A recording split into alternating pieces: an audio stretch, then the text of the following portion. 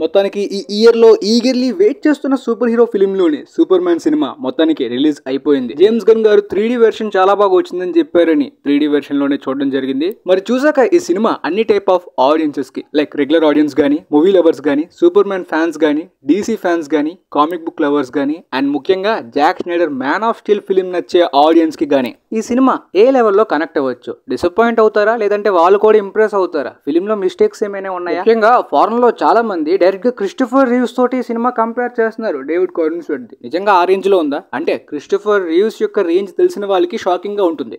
అసలు Christopher Reeves ఆ original super man గురించి ప్రాపర్ గా తెలియని వాళ్ళకి, అదే మ్యాన్ ఆఫ్ స్టీలే మొదటి సూపర్ మ్యాన్ ఫిల్మ్ గా చూసే ఆడియన్స్ కి ఆ క్రిస్టోఫర్ రీవ్స్ కంపారిజన్ ఏం అనిపించకపోవచ్చు. బట్ పర్సనల్లీ నాకు కూడా all time favourite super man అంటే అది క్రిస్టోఫర్ రీవ్సే. ఆయన ఫిల్మ్స్ చూసే ఈ ఫిల్మ్ కి వెళ్ళాను. నిజంగా జేమ్స్ గన్ ఆ ఒరిజినల్ ఫిల్మ్ కి చాలా పెద్ద ఫ్యాన్ అంట.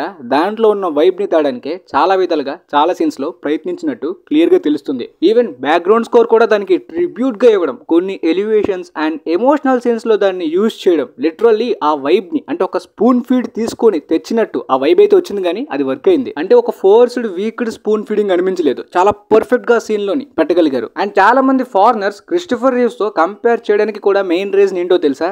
ఎన్నో డికేడ్స్ గా వాళ్ళు ఒరిజినల్ యాక్యురేట్ సూపర్ మ్యాన్ ని మిస్ అయిపోయారు థియేటర్స్ లోనే. ఒక original super man symbol of hope అనే వైబ్స్ రీసెంట్ టైమ్స్ లో రాకపోవడం, జాక్ స్నైడర్ సూపర్ మ్యాన్ ని కాస్త గ్రే షేడ్స్ ఉండేలాంటి ఈవిల్ వెర్షన్ లాగా డార్క్ గా వైలెంట్ గా చూపించడం, ఆ original super man story flavour కోరుకునే వాళ్ళకి ఇన్నాళ్ళకి ఆ ఒరిజినల్ సూపర్ మ్యాన్ ని చూడడం జరిగింది అనే ఫీల్ రావచ్చు వాళ్ళకి. అందుకనే ఆ విధంగా కంపేర్ చేసి ఉంటారు. ఒకవేళ ఈ ఫిల్మ్ లోని హెన్రీ కేవిల్ ఉన్నా కూడా పక్కాగా వాళ్ళకి ఆ వైబ్ అయితే వచ్చి ఉండేది అనమాట. అవును, హెన్రీ కేవిల్ కి నిజంగా ఇలాంటి సినిమా పడుంటే బాగుండేది అనే వైబ్స్ కొన్ని సీన్స్ లో లిటరల్లీ కనిపించింది. అంటే ఒక ఒరిజినల్ సూపర్ మ్యాన్ కి చాలా బాగా సెట్ అయ్యేలాంటి అందం, ఫిజిక్ అంతా ఉన్నప్పటికీ తన యవ్వనాన్ని చాలా వరకు కోల్పోయాడు.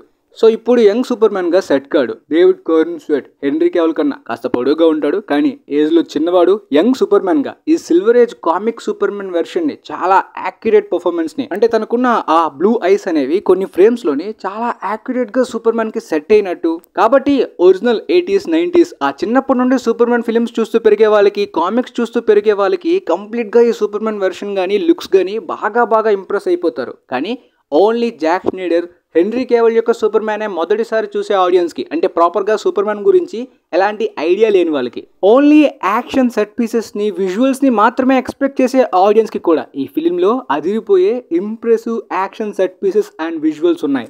ఒక న్యూట్రల్ కామన్ ఆడియన్స్ అయినా, ట్రూ ఫిల్మ్ లవర్ అయినా సరే మైండ్ లో బ్లైండ్ హేట్రెడ్ గా, ఫోర్స్డ్ గా హేట్ చేద్దాం, మాకు ఫ్యాన్ వార్సే కావాలి అనుకునే వాళ్ళకి నేను చెప్పలేను. కానీ అవేమీ లేకుండా మేము యాక్షన్ ఎక్స్పెక్ట్ చేస్తున్నాం బ్రో ఆ లెవెల్లో ఉంటుందంటే పక్కాగా జేమ్స్ గన్ మిమ్మల్ని సర్ప్రైజ్ చేస్తారు, ముఖ్యంగా 3D లోని.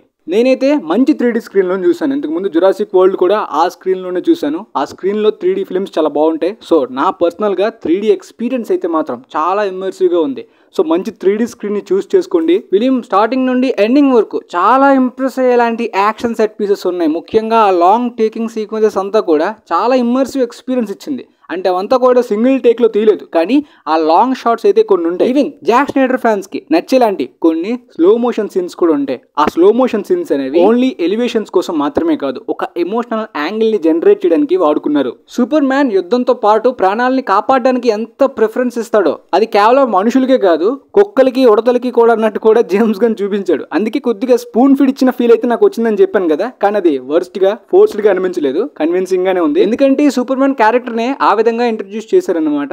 ఓన్లీ అమెరికాని మాత్రమే రిప్రజెంట్ చేయడు, ప్రపంచవ్యాప్తంగా ఎంటైర్ గా ఎర్త్ లోని హ్యూమన్స్ ని మాత్రమే కాకుండా చిన్న జీవులు చనిపోతున్న సూపర్ మ్యాన్ తట్టుకోలేడు అన్నట్టు చూపించారు. కాబట్టి కొంపతీసి ఫారినర్స్ కి ఆ క్రిస్టోఫర్ రీవ్స్ కంపారిజన్ లానే నువ్వు కూడా ఇప్పుడు సూపర్ మ్యాన్ ఆ తర్వాత బెస్ట్ అంటావా బ్రో అంటే, పర్సనలీ నేను సూపర్ మ్యాన్ ఫ్యాన్ కాదు, బ్యాట్మెన్ ఫ్యాన్ ని. బ్యాట్మెన్ వర్సెస్ సూపర్ మ్యాన్ లోని సూపర్ మ్యాన్ ని కొడుతున్నప్పుడు పిచ్చగా ఎంజాయ్ చేశాను. నా సూపర్ మ్యాన్ ఫ్రెండ్ తోటి ఫ్యాన్ వార్స్ చేసే నిబ్బా ఏజ్ అది. సో సూపర్ మ్యాన్ అంటే చిన్నప్పుడు ఎప్పుడో క్రిస్టోఫర్ రీవ్స్ ది బ్రాండెన్ జేరో వదిలేయండి. ప్రెసెంట్ టైమ్స్ లో అయితే మాత్రం పవర్ఫుల్ గా ఉంటాడు, డిస్ట్రాయ్ చేస్తాడు. అంతకు మించి ఇంకేం ఎమోషనల్ గా కనెక్ట్ అవ్వడానికి నాకు అనిపించలేదు. కానీ ఈ ఫిల్మ్ లోని సూపర్ మ్యాన్ కి కూడా కనెక్ట్ అయ్యేలాంటి కొన్ని ఎమోషనల్ పాయింట్స్ ని చూపించడం, సూపర్ మ్యాన్ యొక్క హ్యుమానిటీ మోటివ్స్ బాగా నచ్చే, దాంతో పాటు కాస్త తెలివిని కూడా, అంటే బుద్ధి బలాన్ని కూడా యూజ్ చేయడం బాగా ఇంప్రెస్ ఇంప్రెసివ్ గా అనిపించింది నాకు క్లైమాక్స్ లోని. అండ్ సూపర్ మ్యాన్ అంటే చిన్న గీత కూడా పడకుండా గాల్లో అందరిని వేసుకెళ్లిపోయేలాంటి హీరో అంటే పిచ్చ బోరింగ్ గా ఉంటుంది. హీరో ఓడిపోతూ స్ట్రగుల్ అవుతూ తిరిగి నేర్చుకొని ఫైట్ చేయడం అంటేనే కాస్త సస్పెన్స్, ఇంట్రెస్ట్ అనేది స్క్రీన్ మీద నాకు కలుగుతుంది. క్లైమాక్స్ ఫైట్ లోని సూపర్ మ్యాన్ ఆ విధంగా బుద్ధి బలాన్ని యూజ్ చేసే టెక్నిక్ నాకు అనిపించింది ఏంటంటే, బ్యాట్మ్యాన్ ని కూడా మేబీ ఫైట్ చేయడానికి, ఫేస్ చేయడానికి ఈ సూపర్ మ్యాన్ కాస్త తెలివిని యూజ్ చేసేలా ఉన్నాడే. మరి అంత బ్రెయిన్ లేక ఓన్లీ పవర్స్ ఉన్నవాడు మాత్రమే కాదు అనిపించింది. బట్ పర్సనల్లీ సూపర్ మ్యాన్ కన్నా ఎక్కువ ఇంప్రెస్ అయింది లెక్స్ లూథర్ కి. ఎందుకంటే చిన్నప్పటి నుండి చూస్తున్న సూపర్ మ్యాన్ ఫిల్మ్స్ కానీ, టీవీ షోస్ లో కానీ లెక్స్ లూథర్ అంటే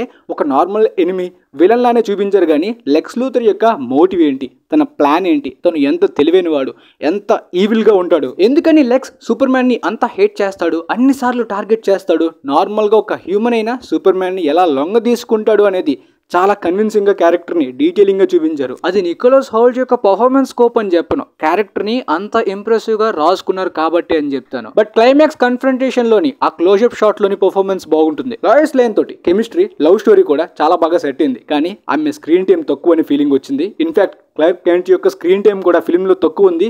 ఈ కొద్దిగా మైనస్ పాయింట్స్ అనిపించే కానీ సినిమాలో స్టోరీలో ఎందుకున్నారో దానికి జస్టిఫికేషన్ అయితే జరిగింది. లాయిస్ లేన్ పాత్రకి కూడా మంచి ఇంపార్టెంట్ సీన్స్, మూమెంట్స్ ఉంటాయి. వాళ్ళ లవ్ స్టోరీకి కూడా ఎలిమెంటల్ మ్యాన్ గానీ, జస్టిస్ గ్యాంగ్ గానీ చాలా ఇంపార్టెంట్ ఫిల్మ్ లో అన్నట్టు చూపించారు. బట్ వీళ్ళందరికన్నా క్రిప్టో ఇంకొక లెవెల్ అనమాట. సినిమాలో స్క్రీన్ మీద క్రిప్టో రాగానే థియేటర్స్ లో అందరూ కూడా ఎగిరి గంతేసి విజిల్స్ వేసే లాంటి మూమెంట్స్ క్రియేట్ చేశారు జేమ్స్ గన్. పిచ్చ ఎంటర్టైన్మెంట్ ఫ్యాక్టర్ అంటే ఫిల్మ్ లోని క్రిప్టోనే. ఇక ఫిల్మ్లో మైనస్ పాయింట్స్, మిస్టేక్స్ గా అనిపించింది ఏంటంటే, ఫిల్మ్లో చాలా డీటెయిలింగ్ ఉంది. ఫర్ ఎగ్జాంపుల్ యాక్షన్లోని ఆ మాన్స్టర్ కానీ, లేదంటే ఆ బొరేవియన్ హ్యామర్ కానీ, వీటికి ఎక్కువ స్కోప్ ఉండదు. కేవలం క్యామియోస్గా ఆ ఫైట్ సీక్వెన్సెస్కి మాత్రమే వాడుకున్నారు.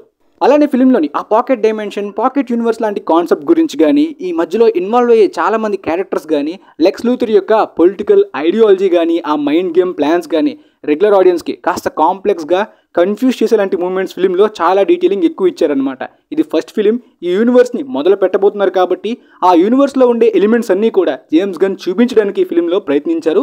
కానీ 2 hours డ్యూరేషన్ అయితే సరిపోలేదు. ఫిలింలో కాస్త డ్యూరేషన్ పెంచి వాటికి డీటెయిలింగ్గా ప్రెజెంటేషన్ ఇస్తేనే మరి కాస్త బాగుండేది అనేది నాకు అనిపించింది. ఫారెన్లో చాలా మంది ఎన్నోసార్లు సూపర్ మ్యాన్ ఫిలిమ్స్ చూసేశారు కాబట్టి ఆ ఆరిజిన్లో ఉండే సిమిలర్ డీటెయిల్స్, అంటే తను వేరే గ్రహం నుండి వచ్చాడు, వాళ్ళ పేరెంట్స్ ఇది, అండ్ హ్యూమన్స్ దగ్గర పెరిగాడు, ఇలాంటి మూమెంట్స్ ఎన్నోసార్లు చూపించేశారు కాబట్టి అవి మళ్ళీ చూపించాలని జేమ్స్ గన్ అనుకోలేదు.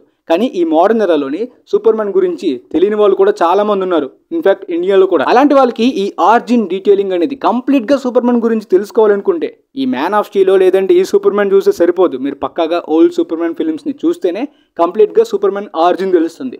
లేదంటే కామిక్స్ చదవండి. అంటే ఒకవేళ మీకు సూపర్ మ్యాన్ గురించి తెలుసుకోవాలనిపిస్తే, లేదు అక్కర్లేదు అనుకుంటే అక్కర్లేదు. మరొక మిస్టేక్, నేను బాగా గుచ్చు ఫోకస్ చేస్తే కొన్ని సీన్స్ లో విజువల్స్ లో ఫ్లాస్ కనిపించాయి. కానీ నాకు తెలిసినంత వరకు రెగ్యులర్ ఆడియన్స్ అంత గుచ్చు విజువల్స్ లో ఫాల్స్ వెతకరు అనుకుంటున్నాను. ఒకవేళ వెతికితే ఎందుకన్నా బెటర్ గా కూడా పెట్టచ్చు అనిపిస్తుంది. కానీ విజువల్స్ పక్కాగా ఇంప్రెస్ చేస్తాయి, ఎక్కడ కూడా డిసప్పాయింట్మెంట్ దారుణంగా అనిపించవు. సో మంచి 3D స్క్రీన్ లో చూస్తే ఎలానో ఇండియా మొత్తంలో కూడా ఫ్లాట్ కంటెంటే కాబట్టి ఆ ఫ్రేమ్ లో చాలా అద్భుతమైన ఎక్స్పీరియన్స్ ఉంది. బట్ అలా అని ఈ Superman complete masterpiece అనిపించలేదు. ఒకవేళ డ్యూరేషన్ పెంచి ఆ డీటెయిలింగ్ మరి కాస్త ఇస్తే ఆ ఎమోషనల్ కోర్ కానీ సూపర్ మ్యాన్ యొక్క ప్రెజెంటేషన్ ఇంకాస్త డెవలప్ అయ్యి ఇంకాస్త స్ట్రాంగ్ గా కనెక్ట్ అయ్యి ఉండేదేమో. అదైతే ఒక మాస్టర్ పీస్ వైబ్ వచ్చి ఉండేది. బట్ ఆ వైబ్ అయితే మిస్ అయింది పర్సనల్లీ. అంటే ద బ్యాట్ మ్యాన్ రేంజ్ లో అనిపించలేదు. బట్ ఒక మంచి సూపర్ మ్యాన్ ప్రెజెంటేషన్, ఎన్నో సంవత్సరాలు, ఎన్నో డికేడ్స్ తర్వాత చాలా మంచి సూపర్ మ్యాన్ ప్రెజెంటేషన్ ఇచ్చారు. ఈవెన్ బ్రాండన్ జే రోత్ సూపర్ మ్యాన్ రిటర్న్స్ కన్నా చాలా బాగుంది. So perfect super man films అనే రేంజ్ లోని ఓల్డ్ క్రిస్టోఫర్ రీవ్స్ గారి సూపర్ మ్యాన్ 1, 2 తర్వాత థర్డ్ ప్లేస్ లో ఈ ఫిలిం అనిపించింది నాకు. ఫైనల్ గా ఈ ఫిలిం కి నేను ఇస్తున్న రేటింగ్ 8.5/10. బట్ ఎప్పుడు డీసీని సేవ్ చేయడానికి వచ్చేది ఒక్క బ్యాట్ మ్యాన్ మాత్రమే అనుకున్నాను. ఇప్పుడు ఇంకొకరు కనిపిస్తున్నారు. Super man James gun literally save చేయడానికే, ఒక కొత్త ఎరా లెగసీని స్టార్ట్ చేయడానికే వచ్చాడు అనిపించింది. సూపర్ మ్యాన్ అంటే కేవలం గ్రహాంతరవాసి, వినాశనానికి మాత్రమే, శక్తివంతుడు మాత్రమే అని కాకుండా సూపర్ మ్యాన్ అంటే చూపించాల్సిన పోర్షన్స్ ని ఫిల్మ్ లో బాగా చూపించగలిగారు జేమ్స్ గన్. మరొకసారి కంప్లీట్ గా ఆల్ టైప్ ఆఫ్ ఆడియన్స్ ని పర్ఫెక్ట్ గా టార్గెట్ చేయడానికి అయితే వర్క్ అయ్యే ఎలిమెంట్స్ పెట్టారు కాబట్టి స్కోప్ అయితే కనిపిస్తుంది. మరి నాకు ఎవరు కూడా డిసప్పాయింట్ అయ్యి ఇది బ్యాడ్ సినిమా అనే వైపు తో బయటికి రాకుండా చేయడానికి ఆయన న్యాయం చేశాడు అనిపించింది. ఒకవేళ పర్సనల్ హేట్రెడ్ ఉంటేనే. అలాంటి వాళ్ళ కోసమేమో సినిమాలో మంకీ బాట్స్ అనే ఒక చిన్న రిఫరెన్స్ ఉంది కామెడీగా. ఈ విధంగా కామెడీ కూడా సినిమాలో వర్క్ అయింది, ఎక్కడ కూడా క్రింజ్ అనిపించలేదు.